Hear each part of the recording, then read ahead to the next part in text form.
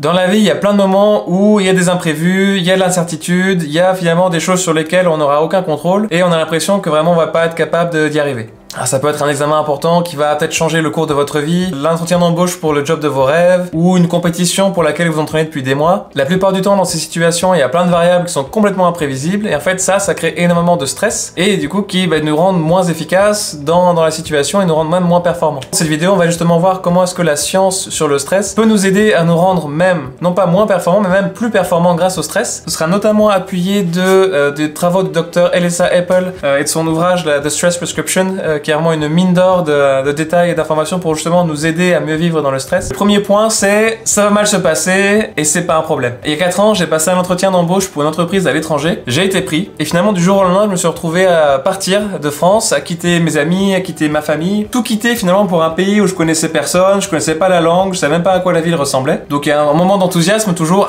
l'aventure, etc., toutes les bonnes choses qui vont arriver. Mais il y a aussi plein de moments où finalement de doute, de peur, ok, je quitte ma famille, je serai loin, comment est-ce que je vais m'en sortir, est-ce que je vais trouver un logement? Et donc dans ce genre de situation, finalement, comment est-ce qu'on peut gérer l'incertitude? Et en fait, une des choses qu'on peut considérer ici pour être un peu moins stressé, c'est juste de se dire, en fait, ça va mal se passer, mais c'est pas si grave. En fait, d'enlever les attentes sur les situations et de pas finalement avoir des attentes trop précises et trop ancrées, c'est une manière un peu de laisser partir ce qu'on pourrait penser qui va arriver et de simplement se dire, ok, en fait, quoi qu'il arrive, ça va bien se passer, il y aura des solutions, je vais être capable de m'adapter. Et une de mes citations préférées de Montaigne, c'est « Ma vie a été pleine de terribles malheurs dont la plupart ne se sont jamais produits. » Quand j'ai déménagé, clairement, il y a plein de choses sur lesquelles je m'étais fait un peu des films, et en fait, la plupart de tout ce que j'avais imaginé, c'est pas du tout passé comme prévu. Un des exercices qui peut aider ici, c'est de prendre une situation et de marquer toutes les possibilités. Et en fait, ce que ça aide à faire ici, c'est de prendre un pas de recul et de pas justement s'accrocher trop à des prévisions qui, clairement, peuvent changer du jour au lendemain. Ce que vous pouvez faire donc aussi pour réduire votre stress dans ce genre de situation qui finalement surviennent,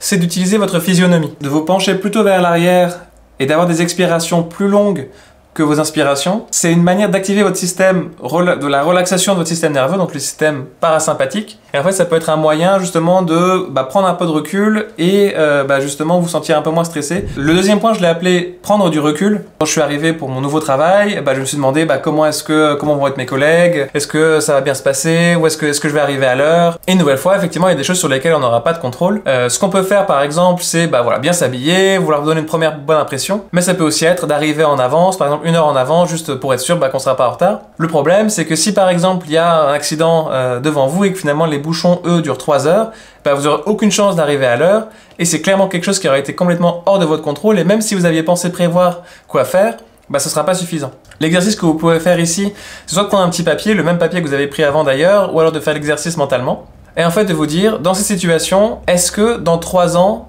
ce qui m'arrive, ce sera important? Ou alors, si vous préparez l'événement, de dire quel est vraiment le pire qui pourrait arriver. Finalement, d'arriver en retard, même si on l'a prévu, c'était pas si grave finalement. Surtout à l'échelle du temps, ça n'a pas vraiment d'importance. Mais en fait, de l'identifier avant, de dire effectivement, si ça se passe, c'est vraiment la pire des situations, mais est-ce que j'ai du contrôle dessus?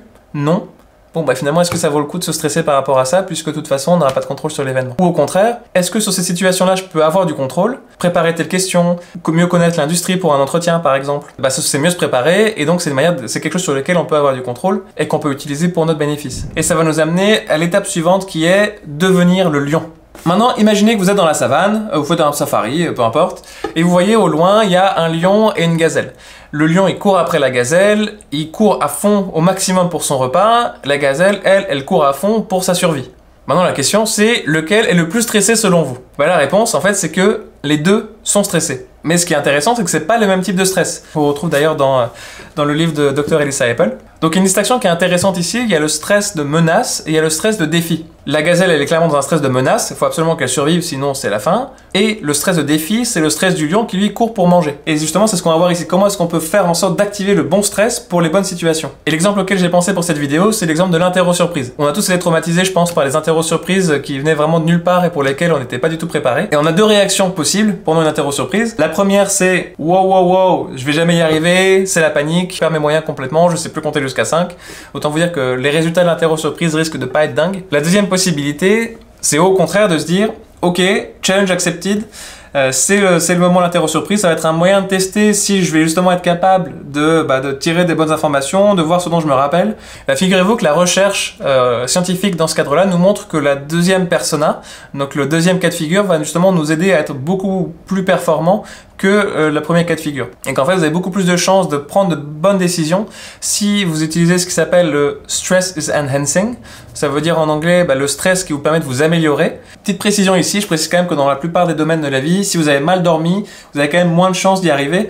Donc petit point ici, et je mettrai une vidéo sur le sommeil d'ailleurs si vous voulez jeter un œil qui pourrait vous aider. Maintenant vous allez me dire, c'est clair que c'est pas évident et que c'est pas facile de se dire juste ok, c'est bon, je suis en forme, j'y arrive bien quoi. Et en fait ça va demander un petit exercice de reformulation ou de recadrage de la situation. Et ce que vous pouvez faire pour ça, c'est quelque chose que j'utilise très régulièrement dans mon quotidien ou dans mon métier. Plutôt que de se dire la situation elle est stressante, je vais jamais y arriver, de reprendre la situation, de se la visualiser et de se dire ok, au contraire, c'est une opportunité pour moi de faire de mon mieux et d'apprendre. Le but en fait c'est de recadrer la situation à son avantage, de prendre un petit pas de recul et finalement de reformuler la situation dans sa tête. Donc on va avoir deux catégories, on va avoir le stress menace où on se dit oh là là, si j'échoue c'est que je suis trop nul.